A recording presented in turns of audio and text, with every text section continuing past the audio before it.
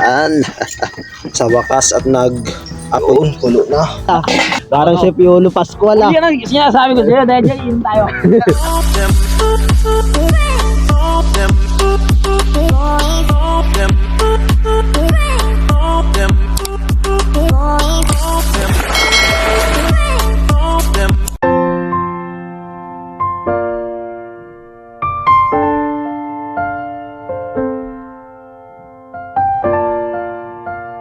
Okay, so time check muna tayo mga kayomot at nasa 7:47 na nga tayo ng umaga. At yan, magandang umaga at mapagpalang araw naman po sa ating lahat. So nga, andito nga kami ngayon sa Daddy Oms dito sa Cavite, Mendas. So actually kahapon pa kami dito at yun nga, mga alas 3 nandito na kami. Tapos pagdating namin, kunting pahinga at ayun, nagpakuha ng blood pressure si Idol Kapanalig. Pwede pala yun halo. Mababa. Pag blood, ano pala, hindi ka mahilo pag high blood, gano'n? May Pero hilo, pero hindi hindi, matagal. hindi ganun parang Masusubsob. parang masusubsob. Ito na, ang... Magkano ba yung nabili? Dok, mura lang ah. Nadala ko pati yung kay Daddy, oh. Sabi ko, ba't dalawa kako yung akin yun? Tapos yung ano ni Daddy na yung Ay, yung anak ng Daddy. microphone.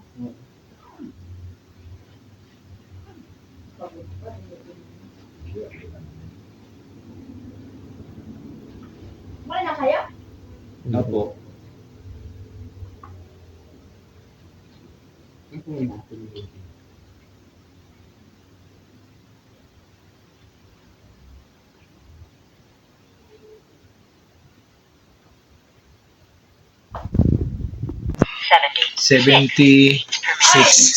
Hindi pantay ang kanya meron siya. Yun, at kinuhaan ni Daddy Oms. Kasi nung nakaraang araw, pagdating niya doon sa Camp Kapanalig mga kayomot medyo daw nahihilo siya. Kaya yun, pumunta kami dito para blood pressure. So yun naman, okay naman yung kanyang blood pressure, normal. At kami din, na rin mga kayomot para malaman namin kung normal din kami. So yung nakuhaan ko lang po ng video ay yung kay Idol Kapanalig. So maraming salamat kay Daddy Oms at least na check yung namin blood pressure at normal naman mga kayomot. At nung kinagabihan ng mga kayomot ay doon na rin kami kumain sa Daddy Oms Garden. So yan mga kayomot, at andito ulit kami sa Daddy Oms Garden. Yan. Yan yung lininis namin nung isang araw. Right, yan. So yan, ang ganda oh. Linis. At naputulan na rin na Daddy yung yung langka dyan para hindi masyadong tumaas. So yan. At ang gagawin po namin dito mga kayomot ay itatry namin mag-overnight. Kami muna yung mag-try kung maganda talaga. So pag maganda, yan, iwan ko sa dalawa yan kung anong plano nila dito sa Daddy Oms Garden. Yan. Sa wakas at nag-apoy na rin, nagbaga na oh. Almost 3 hours. 3 hours yung yan oh. Laki yan eh. 3 hours bago Magsiga. Yan. So yan ang ganda na patuloy na gumaganda itong Daddy Oms Garden mga kayomot. Ganda talaga dito. Pasilip pa lang yan. Ano pa, hindi pa naayos. Oo, hindi pa naayos. So sunod, sobrang ganda na. Galing pala nito. Kuya Boy. Sarap dito Kuya Boy oh. Sayang si Kuya Boy, wala eh. Pero masipag si Kuya Boy, kahit hindi niya kaya, kinakaya eh. Oo, siyempre, yun po si Kuya Boy. Pero isip-isip nun ay oo na. Parang kinakaya niya eh. At doon namin sinubukang matulog kung maganda talaga ang gawing campsite yun mga kayomot. So yung masasabi ko lang talaga ay yun, maganda talaga. Sa panahon ngayon ay sobrang lamig ngayon dito mga kayomot, lalong-lalo na paggabi. At kung gusto nyong maranasan talaga yon, at kung once na maayos na yung area na yon at na talaga nila Idol Kapanalig na Daddy Oms na ay buksan sa publiko. So mga ganitong panahon kung gusto niyo mga malamig, mga bear months, sobrang lamig na makakayumot. At kung andun po kayo mag-stay mga kayumot ay sobrang napakaganda, tahimik at marinig nyo lang po ay konting ano lang ng sasakyan na di naman masyadong malakas yung ano ng mga sasakyan. Parang tama lang yung malumanay yung tunog, pero yung mas narinig nyo po ay yung mga tunog ng mga kuliglig, kahit ano, iba-ibang insekto yon. At mapipil nyo na talaga na mayroong ganun dito sa city. At dyan lang sa malapit yung mga kayumot. Kaya abang-abangan nyo na lang po kung ipapa public po yung ano yung area na yun mga kayumot. Right. Yung hamog na naipon sa tricycle. Sobrang lamig. So dyan ako natulog sa duyan na yan. Doon si kuya. Tapos yung isa doon sa duyan na yan na mayroon nawala. Yan napunta yun. Akala ko maunahan ko doon sa ano sa bahay na ayan. Yan, oh.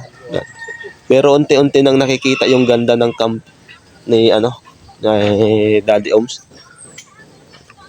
Ang aga naman nitong soft drinks. Ha? Ang aga. Oo. Ano mo yun na yung soft drink? Sayang yan. Sarap niyan. Batibay mo Napakalahati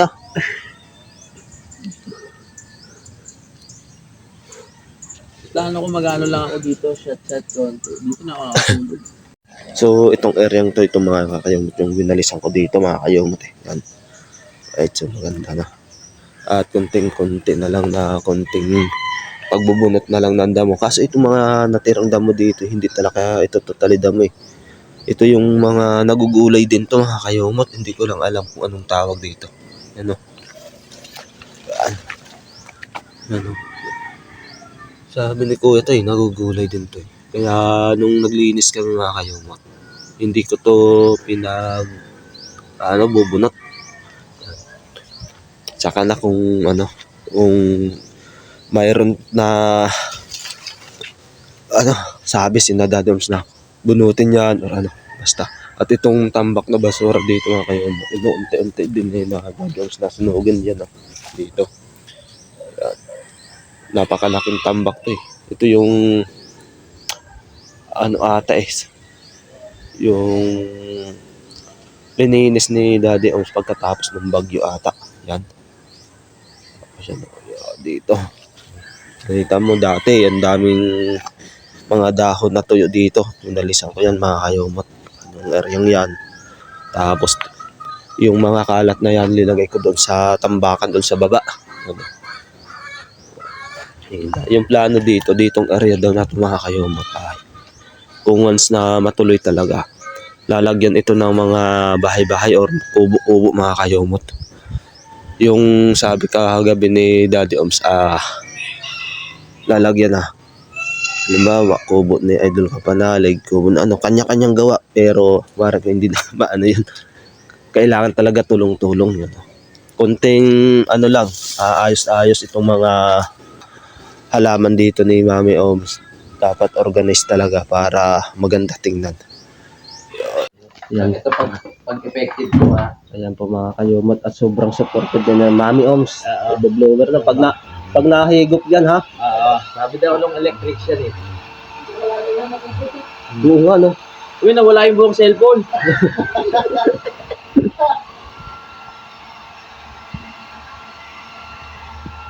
Wag naman daw babad. Yung Ganyan. Oo nga Wala. Oo. Wala, ganun pa rin. Ganun pa din Pag yan, nawala yung isa. Epektibo. Parang lumalabo nga siya. Lumilinaw.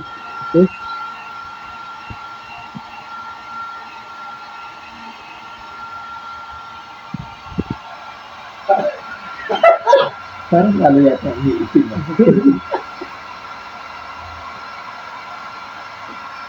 Para pupus siya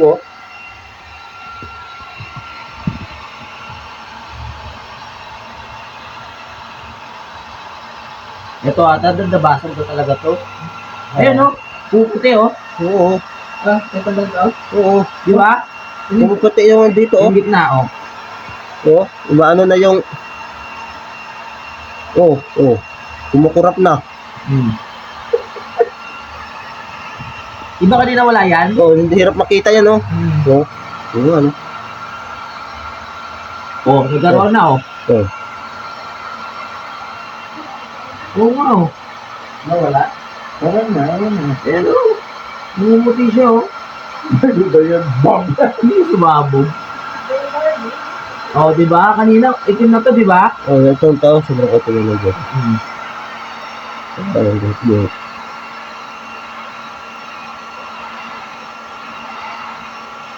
Oo. Lumilinaw sa dad. Oo. Kunti na lang, oh. Oo. Kumukurap na. Kumukurap na siya o. Parang totoo nga. Oo. Hindi naman.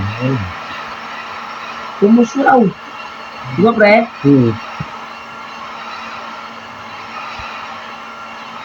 Mamaya malambot na yung cellphone. Ayun nga. Oo. Wala na, oh. Oo, kunti na lang, oh. Hmm.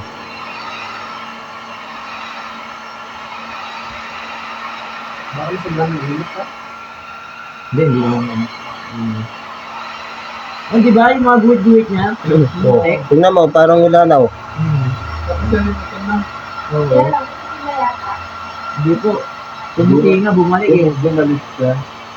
Dati ang dami niya. Ayan o, pumuputi ulit o. Initan pa natin konti.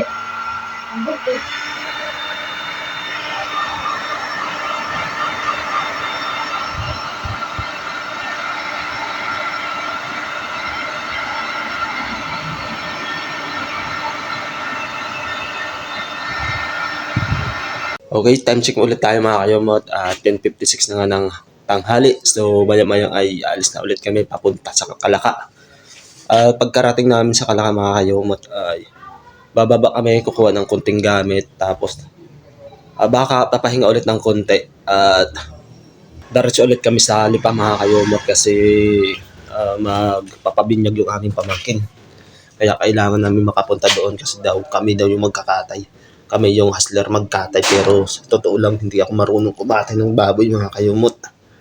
At nung time na nga nagkatay kami, yung pag alis ng balahibo ng baboy, halos paglagay ng mainit na tubig, kailangan daw yun ay alisin ka agad or kakadisin para hindi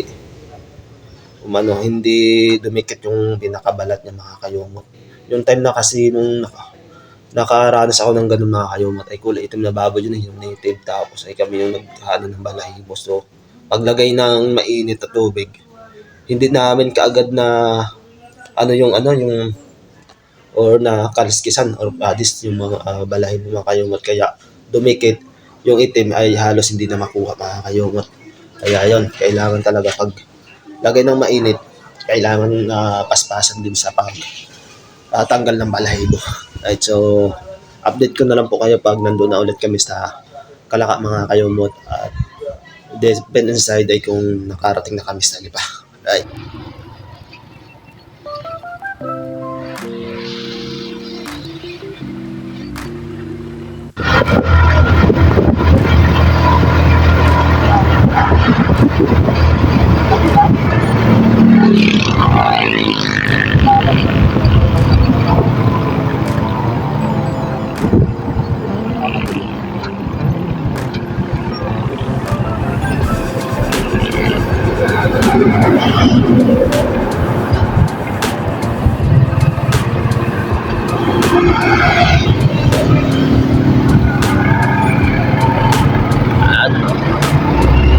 Okay, so 11:59 na ang tanghali mga kayumot at andito na nga kami sa Camp Kapanalig.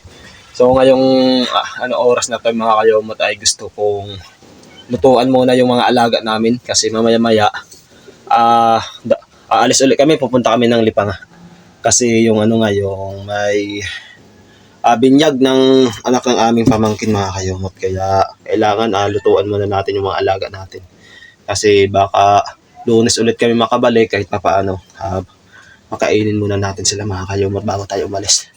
Yan. So, gagawin ko na lang ay lulugawin para mas marami yung kanilang makakain mga kayumot. Ay. So, ayan mga kayumot. Tingnan natin yung lugaw na para sa aso. Yun, kulo na. Pinagyan ko po yan ng malunggay mga kayumot. Okay. Yan. Yan.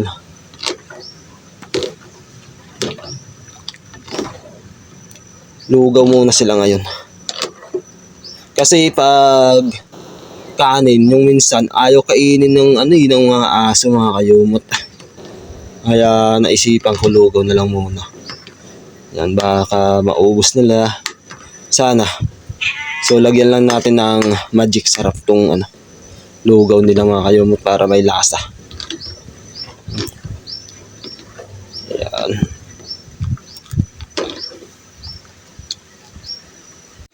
Okay, so yan mga kayumot at naluto na nga natin. Yan, sarap dito.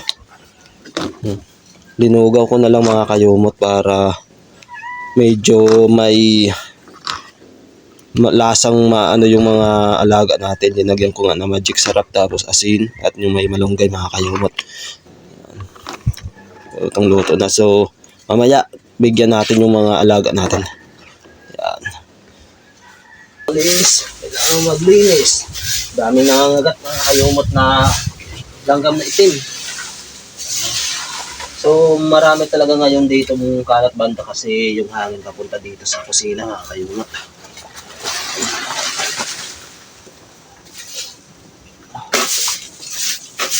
Tapos mahangin talaga.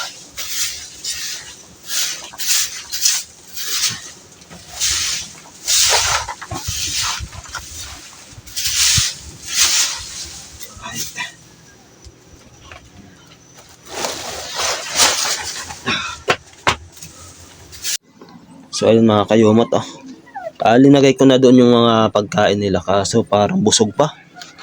Ayaw pang pansinin. Hindi na rin yan mainit, kanina pa yan Tapos yung si Concho binabantayan niya sa kanila. Tapos si Piklat wala dito mga kayumot. Yan. Okay, so pahinga muna tayo ng konti at maya-maya nga mga kayumot ay maliligo na rin tayo. So baka mga alas 3 alis na kami dito or mas maaga pa doon mga kayumot. Kaya ayan, dahil habang tayo nagpapahinga mga kayumot, shout out nga pala sa mga sumusunod kay na Sir Homer Canete ng Tacloban City, kay Renante Malahos, kay Ma'am Rita at kay Ma'am Annalisa C.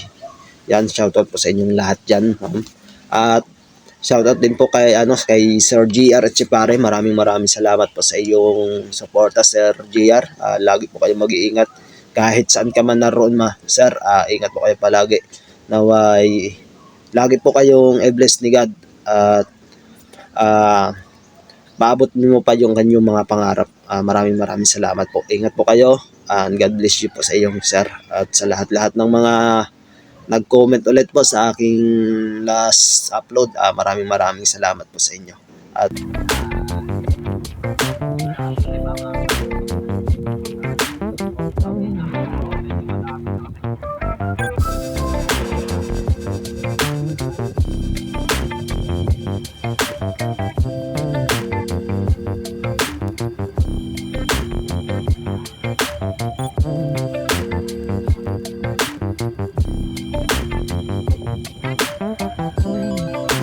andito na kami mga kayumot sa SM Lipa at andito na kami sa aking lot. So ako muna dito yung magbabantay ng mga gamit namin mga kayumot yan. Babantayan ko muna, so hintayin na lang natin sila matapos doon sa pagpasukat ng salamin na Idol Kabanalig mga kayumot at panoorin nyo na lang po yung mga kaganapan nila doon sa loob sa YouTube channel nilang dalawa po, ni Kuya Kautol at Idol Kabanalig mga kayumot. So tabay lang tayo dito, hintayin natin sila mga kayumot. So ayun mga kayumot at nakalipas na nga ang 1 oras, so wala pa rin sila. Pare ko'y tiningnan yung mata ni Idol Kabanalig kasi yung ating mata ay iba yung grado niyan eh. Kasi minsan malabo yung isang mata, yung isa okay naman. Kaya kailangan na i-check din yung mata mga kayomot para masukatan ng grado. So sana makakuha na rin niya yung kanyang eyeglasses mga kayomot para mas protected yung kanyang mata sa pag-iinit mga kayomot. Lalo na talagang focus siya sa pag-iinit mga kayomot eh. Mahirap na talaga pag ganun talaga yung isa sa pangunahing sakit pag ikaw ay isang content creator mga kayomot, lalo pag wala kang editor. So at tabayan na rin natin, baka